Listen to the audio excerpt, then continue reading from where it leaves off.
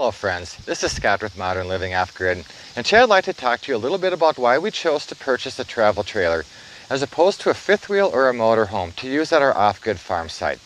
The biggest reason we went with the travel trailer is because I needed the use of my pickup bed.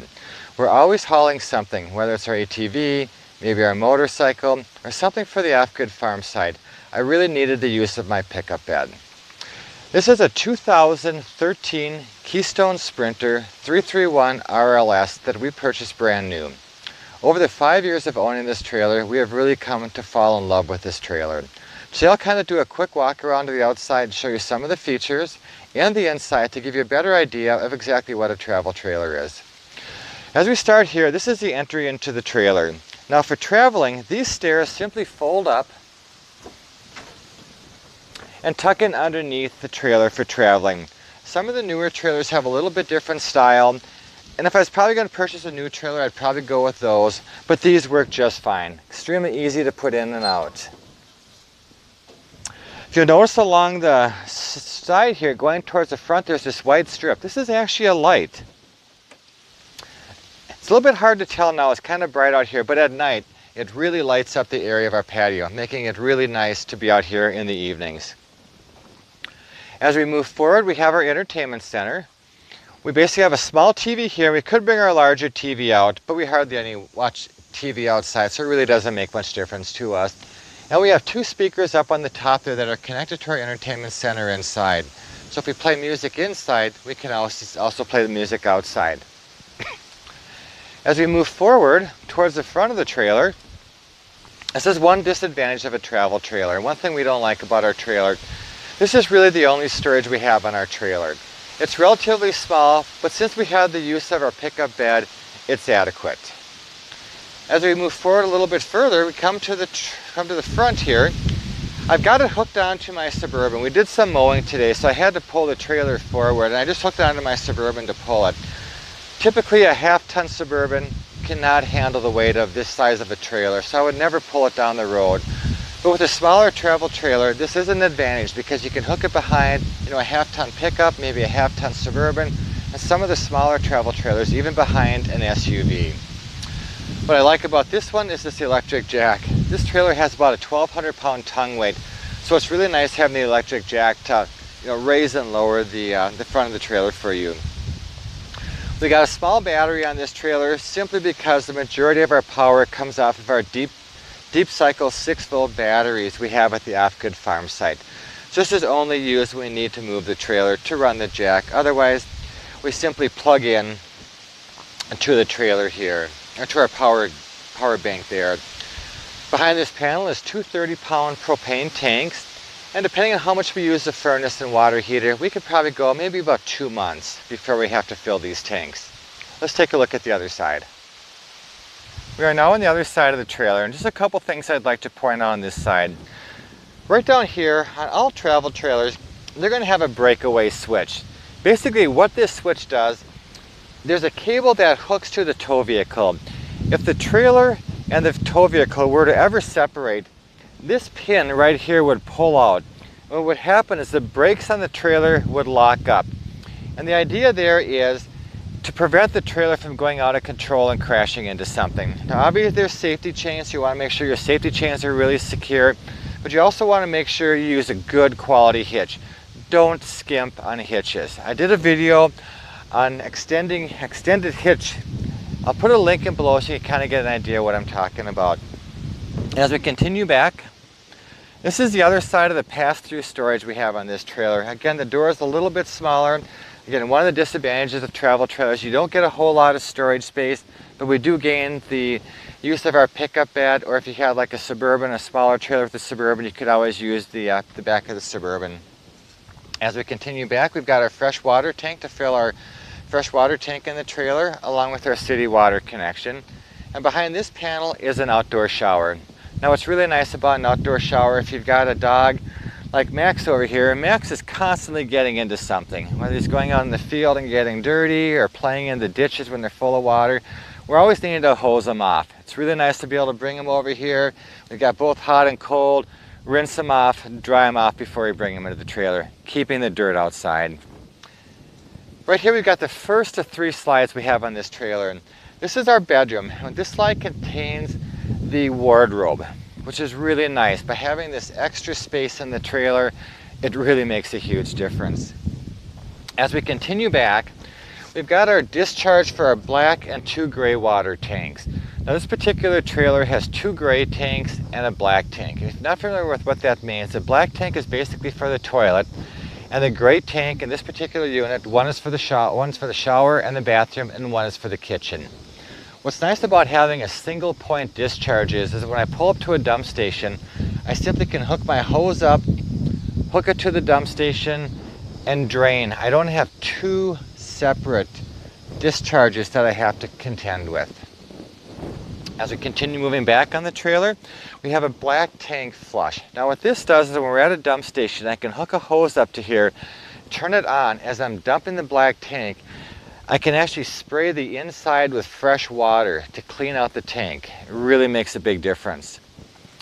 We have a 10-gallon gas electric water heater along with our furnace. This is the second slide we have on this unit. This contains the kitchen along with our entertainment center. We have our gas electric refrigerator here. We have 2 vents. Typically these vent out the top, but since it's in the slide, it has to vent out the top. As we continue moving back, we have the vent above the stove, which is really nice if you're cooking to help keep the humidity and cooking odors down in the trailer. A lot of times if we're cooking something really stinky, we'll cook it outside. I'll do another video on how we do that. We've got a very nice portable stove oven, which really keeps the odor and humidity outside of the trailer. As we move back here on our off-grid farm site, I do have the 30 amp hookup. Right now we're not plugged into power. We typically don't need power. It's about 63 degrees out. I don't need the air conditioning, so we don't have this hooked up. This is where we'd hook our trailer up to the power if we needed. This guy right here, since we are off-grid on this farm site, we do use a series of 6-volt batteries, solar and wind. This is our portable solar panel. During the day, as the sun moves, our pre-mounted panels will get blocked by the sun. If we need more power, we'll pull this guy out. Now, obviously, we're in the shade, the sun is shifted, so we'll move this so it gets more sun. This is a 200-watt panel. And again, we need portability because we got so many trees on our off-grid farm site here. As we move around to the back of the trailer,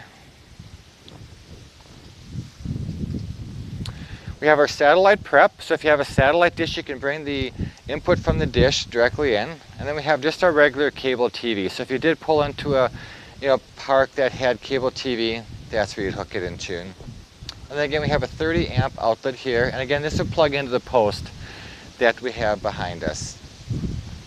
As we continue moving back, on the corners we do have jacks. We moved the trailer earlier to mow under. I just haven't put the jacks down, but typically these jacks will be down to help stabilize the trailer. As we continue moving towards the front of the trailer, this is the third slide. This contains our living room and our dinette. By having the opposing slide, as you see when we go inside, it gives you a lot of room inside the trailer, making it really feel like a small apartment. As we continue towards the front, we're kind of back to where we started. Let's go ahead and take a look at the inside of the trailer. We are now inside of our travel trailer, and what really attracted us to this particular floor plan was this rear living room. What we really like about this rear living room is the amount of space it gives us with both slides out. You can see there's a tremendous amount of floor space inside of here. The other thing we really like about this particular floor plan is, for us, we like the freestanding table. Now typically we only have 2 chairs here because most of the time it's just my wife and I, but we had some people over last night for dinner, so we had the 4 chairs out here. But typically it's just the 2 chairs, which gives us plenty of room to work. The other thing we really like about this is when we're watching TV, which we don't watch a lot, but once in a while we will like to watch a movie. Because my 7-year-old German Shepherd laying here, which is why we have the sheet on here to protect it. But we like having this small little sofa here because it's directly across from the TV, making it really convenient to watch TV. If we were to purchase another trailer, I'd probably get the theater seating here, but we did want the sleeping. So this does pull out and make a bed. So when we have the nieces and nephews over, we have somewhere for people to sleep. The other thing I really like about this particular trailer is the back half here. We got the large windows. with the opposing windows on this side. Now this chair obviously didn't come with it. This is the chair that came with the trailer. But we had this old chair in the house and I wanted a recliner, so we just swapped it out. But there's nothing better than, after a hard day of playing or hiking, to be able to come in, sit in a recliner, open up these windows, sit down and relax. This guy right here, I'll just briefly talk about this. The problem we found with RV refrigerators is they're relatively small. I could have my camera person swing over, take a peek at the refrigerator here, but you can see we just got a standard RV refrigerator. Being off-grid, being we're miles away from a grocery store, we just did not have enough room in our refrigerator and freezer to hold everything that we needed. Which is why we purchased a portable DC refrigerator. And in this particular trailer, we keep it here. I'll do another video and talk more about this, but basically it's a 12-volt refrigerator that we simply plug in to an available DC outlet, just giving us more space to hold food. The other thing we have here is we have a 12-volt fantastic fan. Right now it's pretty windy outside, so we got real nice airflow through here, but sometimes it's nice to have the fan. We've also got a camera in here. Sometimes we'll leave Max, and Max will typically lay on the sofa like he's doing right now. But we'll want a camera that we can kind of keep an eye on him and make sure everything is good when we're out and about. As we swing over to the other side, we've got our entertainment center over here. Now this trailer has a really nice entertainment center. We have a nice television, nice LED, high definition television. We've also got the entertainment center here. I've also got my Alexa unit connected to my entertainment center. Now what's really nice about this is we have Amazon's unlimited music. So if we're having a party or friends over, I can turn the speakers both on the inside and on the outside of the trailer. And we can basically have this Alexa unit, whatever song we want to play, it'll go ahead and play. And it's simply done through a cable that plugs into your radio. Since most RVs have this, I'll put a link in the description below if you'd like to get this cable. But basically it just plugs into your Alexa unit, plugs into your receiver, you select the auxiliary mode, and now you've got your music. As we move towards the front of the trailer, another thing we really like about this is this center island. It gives us a lot of space when my wife is cooking. We've also got the 2 bar stools on the other side there. What typically happens, a typical day, is I'll usually have my computer over here on the table. My computer will be here, my wife's computer will be here, we'll be working. Then when it's time to eat, being the 2 of us, rather than disturbing our setup here, we'll just sit at the bar stools and maybe eat our dinner, maybe watch a little TV, maybe catch up on the news. Kitchen here, a little bit small, but it's definitely adequate. We have our microwave, a vented hood, along with both a gas stove and gas oven. We typically have our Instapot here. We brought that outside. We actually used that outside last night. We just haven't brought it back in. But we typically have our Instapot sitting here. If you're not familiar with those, I'll do another video on those, but they're really nice for cooking. Again, typical RV refrigerator freezer, adequate, but not enough room when you're 15, 20, or 30 miles from a grocery store. So we have our portable DC refrigerator. Continuing around the front here, we've got our kitchen sink, nice deep sink, where this comes detached, making it really easy to wash the dishes. We're always concerned about the safety of our freshwater system. Although we sanitize it often and try to keep it clean, we typically won't directly drink. We'll use it for cooking, we'll use it for showering, we'll use it for washing the dishes. But when it comes to drinking, we'll typically bring this guy into a Walmart or the local grocery store where they have filtered water. Fill this guy up. As we need water to fill our jugs, we'll just come here and fill up our water. As we move towards the rear of the trailer, I like that this trailer has actual doors. Sometimes I'm more of a night owl. I might be working on my computer, maybe watching TV. My wife wants to go to bed. We can actually close off the trailer by closing these doors. Let's take a look at the bathroom. We're now taking a look at the bathroom on our 2013 Keystone Sprinter. Now for a travel trailer, it's actually a pretty large bathroom. Now what I really like about this particular setup is the shower. I'm 6'3", about 205 pounds. And the shower is really nice. There's plenty of room. With the addition of the skylight above, there's plenty of room to stand up in it, which is really nice after a hard day of, hiking or just out enjoying the great outdoors. Now, one thing I don't like doing is I don't like drilling into my trailer. You can see on the floor here for the toilet paper holders, we just have a freestanding one. And then also for the paper towels, we simply mount there. These RV walls are just too thin. I just don't like drilling into them. As we continue the tour here, in the very front of the trailer, this is a front bedroom. And it's adequate. It's a little bit small. It'd be nice if it had opposing slides, but it's adequate. We don't spend a whole lot of time in here except for sleeping. Now what we're looking at right there, you can kind of see the slide out for the wardrobe, which is really nice. And as we move around, we've got nightstands, and then a camper queen size bed, along with a nightstand on the other side. We got plenty of storage across the top. And then towards the front, we have a TV on the wall. Now, one thing I don't like about some of the older trailers is they didn't have a way to charge your phone. Every night when I go to bed, I usually need to plug my phone in to charge. So I'll do another video on exactly how I solved that problem. But basically what I did, let me turn this light on here, is I added a USB outlet. Maybe better if I turn it off. I added a USB outlet into the light. I basically had 12 volts available, and I put in a USB charger in there. So I basically got a little switch up here.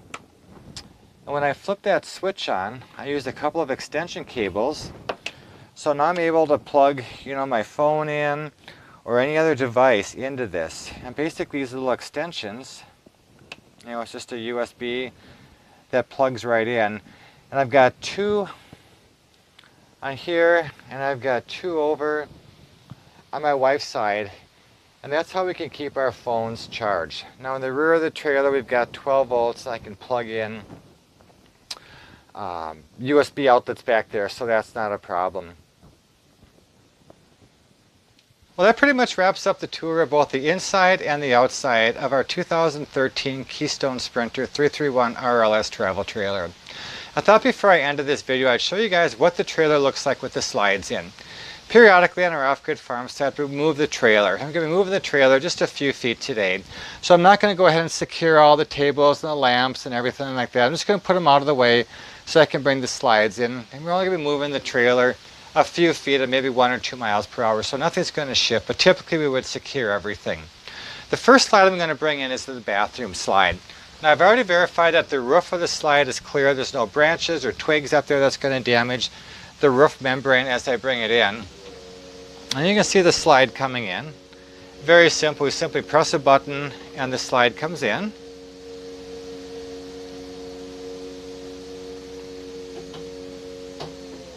And now the slide is fully in. One thing that's really important you want to look for is to making sure that your bathroom is always accessible when your slides are in. In this particular case, the bathroom is 100% available, so if we go to a Walmart parking lot or a rest area, we can use our bathroom. Let's bring in the dinette, let's bring in the entertainment and the kitchen slide. Again, same thing. I've already verified that the slide is clear, and I've simply hit the button to bring it in.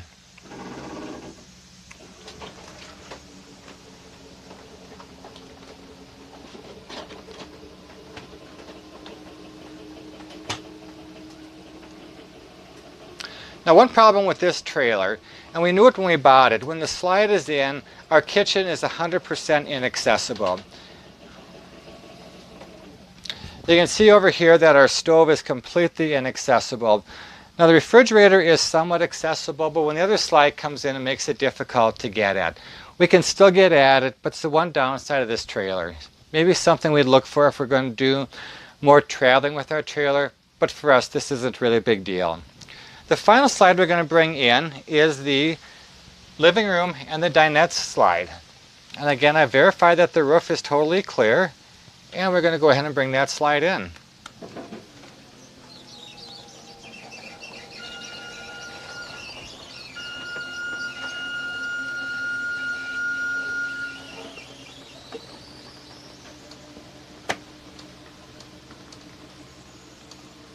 And as you can see, as the slide is coming in, getting access to the rear of the trailer is very, very difficult. So for us, it's not a big deal. The main things that we want to have access to is the bedroom and the bathroom.